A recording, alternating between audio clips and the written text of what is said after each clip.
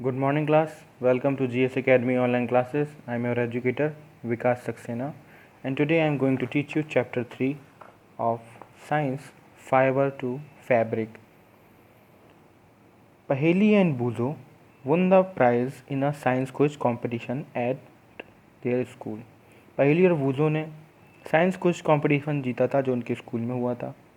They were very excited and decided to use the prize money to buy clothes for their parent. उन्होंने वो excited भी थे और उन्होंने ये डिसाइड किया कि वो अपनी जो प्राइज़ मनी उन्होंने जीती है उससे वो अपने पेरेंट्स के लिए कपड़े खरीदेंगे. When they saw a large variety of cloth material, they got confused. जब उन्होंने बहुत सारी वैरायटी देखी क्लॉथ्स की तो वो कन्फ्यूज हो गए. The shopkeeper explained that some cloths are fabric, were cotton and some were synthetic. कुछ जो है आपके क्लॉथ वो कॉटन से बने हुए हैं और कुछ जो है सिंथेटिक हैं. कॉटन और सिंथेटिक में आगे डिफाइन करूँगा एग्जैक्टली ये क्या है. He also had woollen muffler and shawls. उसके पास वुलन मफलर और सॉल्स भी थे. There were many silk saris as well. वहाँ पे बहुत सारी सिल्क की साड़ी भी थी. Paheli and Boojho felt very excited. Paheli और बूजो जो थे एक्साइटेड हो चुके थे. They touched and felt that these different fabric. Finally they bought a woolen muffler and a cotton sari. उन्होंने टच किया डिफरेंट टाइप के फैब्रिक्स को और उन्होंने फाइनली वुलन मफलर और एक साड़ी खरीद ली कॉटन की. After their visit to the cloth shop Paheli and Boojho began to notice various fabrics in their surroundings. जब वो क्लॉथ शॉप से बाहर आए तो उन्होंने अपने सराउंडिंग्स में डिफरेंट टाइप के जो वेरियस फैब्रिक्स हैं वो नोटिस करना शुरू कर दिया. They found that bed sheets. Shop की फिगर आपकी यहाँ पे है. They found that bed sheet, blankets, curtains, table clothes, towels and dusters were made from different kinds of fabric. बहुत सारी चीज़ें तो उन्होंने देखी डिफरेंट काइंड्स ऑफ फैब्रिक के मिल से बनी होती हैं. फैब्रिक बहुत सारे यूज होते हैं. इवन एक्चुअली फैब्रिक का मतलब होता है कपड़ा, ठीक है. Even their school bags and gunny bags were made from some kind of fabric. School bag जो हैं गनी बैग्स हैं उनके वो डिफरेंट काइंड ऑफ फैब्रिक के मिल के बने होते हैं. ये वो चीज़ नोटिस कर रहे थे. They tried to identify these fibres as cotton, wool, silk और synthetic.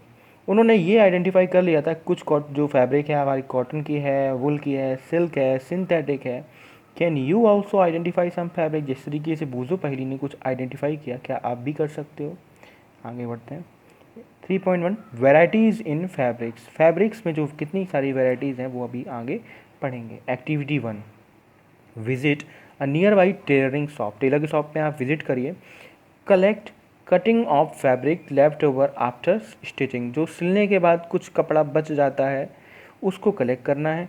Feel and touch each piece of fabric. Now try to label some of fabric as cotton, silk, wool और synthetic after asking for help from the Taylor.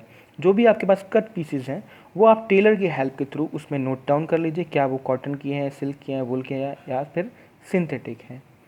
Do you wonder what these different do you wonder what these different fabric are made of. क्या आप जानते हो या फिर आप जानना चाहते हो कि किस टाइप की फैब्रिक से ये मिलके बने होते हैं, क्या फैब्रिक यूज होती है. When you look at any fabric, it seems a continuous pieces. Now look at it closely. What do you notice? यहाँ पे एक फिगर है. आप नोटिस करेंगे कि जो थ्रेड है, थ्रेड में धागा होता है वो एक दूसरे से क्या होते हैं कनेक्टेड है यहाँ पे, ठीक है. और ये कनेक्ट हो के एक बड़ा सा कपड़ा पीस ऑफ बनते हैं. ये enlarged view of a piece of fabric. एक छोटा से पीस का एक बड़ा सा व्यू है, ठीक है. Activity 2 select a piece of cotton fabric label in activity 1. कोई भी आप जो कलेक्ट किया था आपने उसमें से आप एक फैब्रिक का पीस कलेक्ट कर लीजिए. Try to find a loose thread in yarn. Loose thread मतलब जो ढीला धागा होता है उसको हम लोग यार्न बोलते हैं.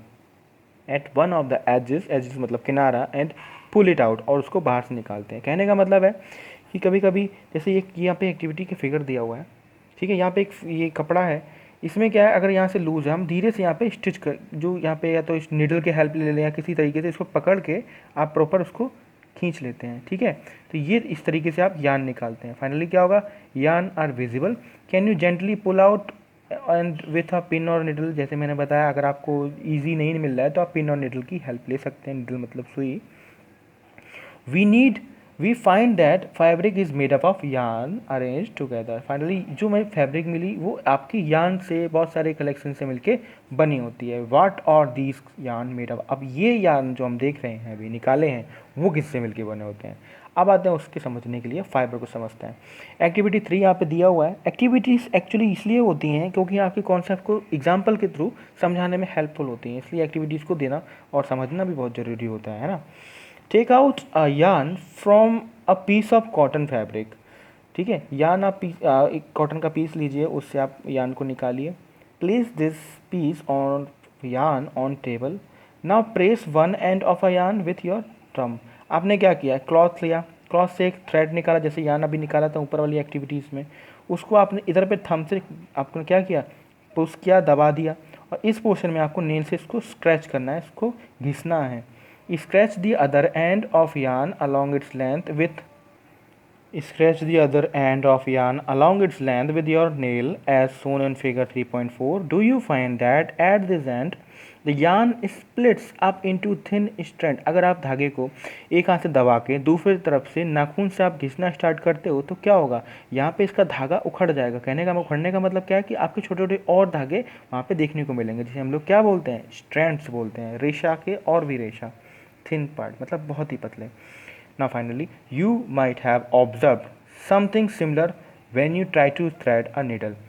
जब आप सुई में धागा पिरोते हो, सुई धागा, ठीक है, many a time and of a thread is separated into a few thin strand. आपने देखा होगा जब आप अंदर सुई के अंदर धागा पिरोने की कोशिश करते हो तो उसमें बहुत सारे धागे एक्स्ट्रा देखने को मिलते हैं, जिसमें जिसमें कि difficult to pass the thread through the eye of the needle, जिससे सुई में धागा पिरोना बहुत ही डिफ़िकल्ट हो जाता है। फिर हम लोग किसी भी लिक्विड का यूज करके उसको फाइनली अंदर सेपरेट करके फिक्स करते हैं, ठीक है, या पिरोते हैं। The thin strands of thread that we see are made up of still thinner strands called fibre. जो भी अभी हमने स्ट्रैंड्स देखे थे धागे पिरोते समय, तो वो जो बने हैं एग्जैक्टली फाइबर से मिले हैं, वो भी बहुत ही स्मॉल पीसेस के होते हैं। अब एग्जैक्टली क्या है मतलब इसका, the thin strands of a thread, धागे का पतला चीज़, that we can see are made up of still thinner strands called fibre. मतलब बहुत ही स्मॉल, बहुत ही थिन अमाउंट जो होती है धागे की, रेशम की, उसे हम फाइबर बोलते हैं, ठीक है। एग्जैक्टली फाइबर बहुत सारे टाइप के हैं।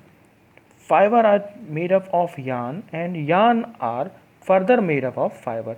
फैब्रिक जो होता है कपड़ा, वो यार्न मतलब धागे से मिलके बना था, और धागा क्या बनता है, फाइबर से मिलके बना होता है ना। What do these fibre come from. ये फाइबर एक्चुअली आती कहाँ से हैं।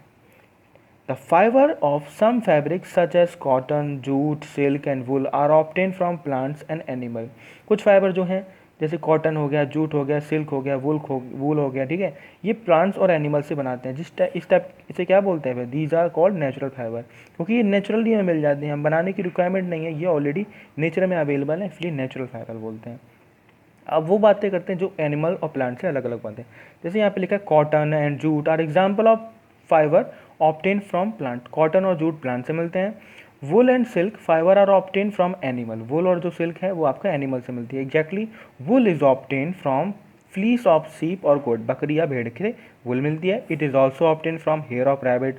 खरगोश के बाल से, याक हो गया, कैमल हो गया, याक एंड कैमल, ठीक है, इससे भी आपको वुल मिलती है। आगे बढ़ते हैं।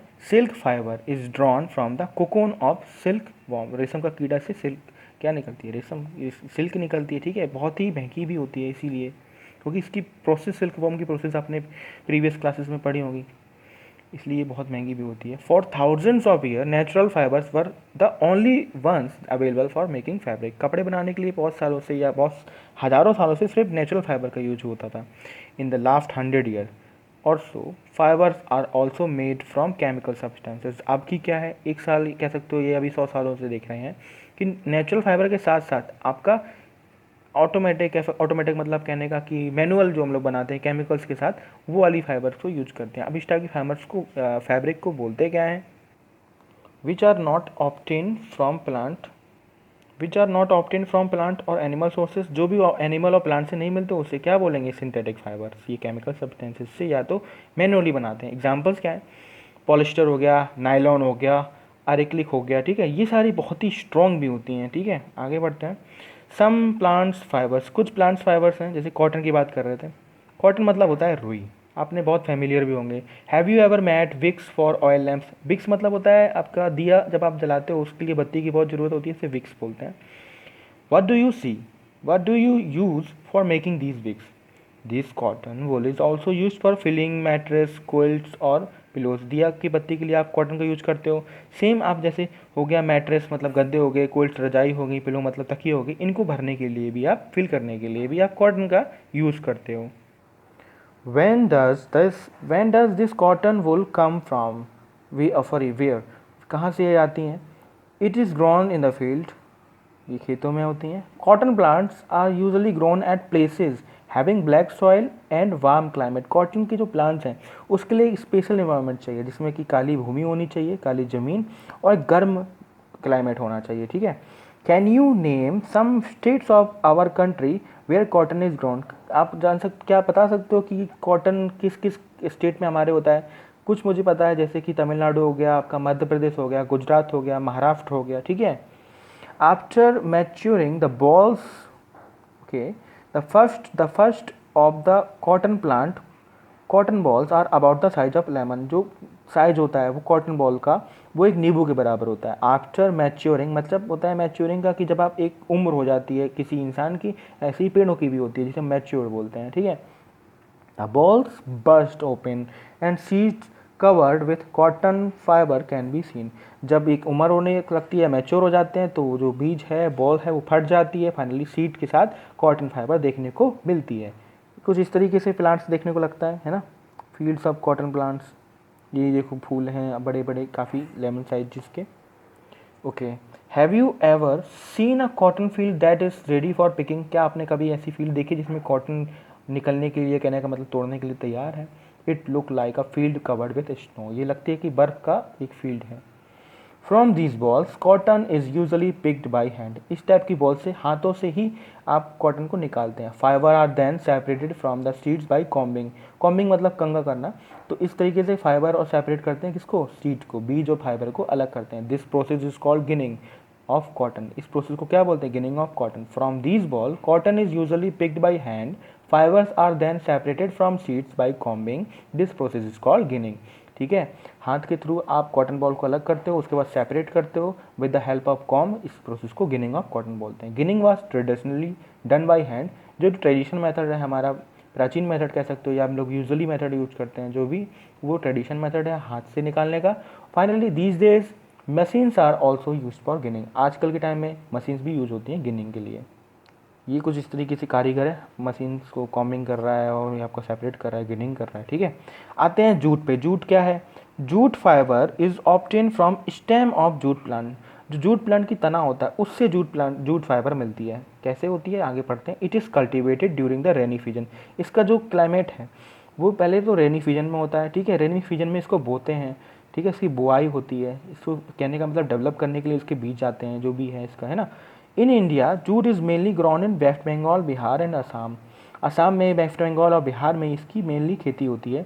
The jute plant is normally harvested when it is at flowering stage. Jute plant को तभी निकाला जाता है, उनके हार्वेस्टेड मतलब कटाई होती है, जब वो फ्लावर उसमें आने लगते हैं, फूल आने लगते हैं। The stems of the harvested plants are immersed in a water for a few days. कुछ देर के लिए उसकी जो स्टेम है, ये जो तना है, उसको पानी में कुछ देर के लिए डुबा के रखते हैं। Then the stems rot and fibre are separated by hand. उसके बाद कुछ देर बाद फूल जाती है, हाथों से आप उसको सेपरेट कर सकते हो फाइबर को, जिसे बोलते हैं जूट फाइबर, ठीक है। Thank you. आई होप आपको ये टॉपिक समझ में आया होगा और आपके पास आई थिंक ये बुक भी होगी। तो do like if you like this video, और जो भी आपको क्वेरी हैं, कमेंट्स आए, कहने का मतलब जो भी आपको डाउट्स हैं वो आप कमेंट्स में दीजिए। Thank you.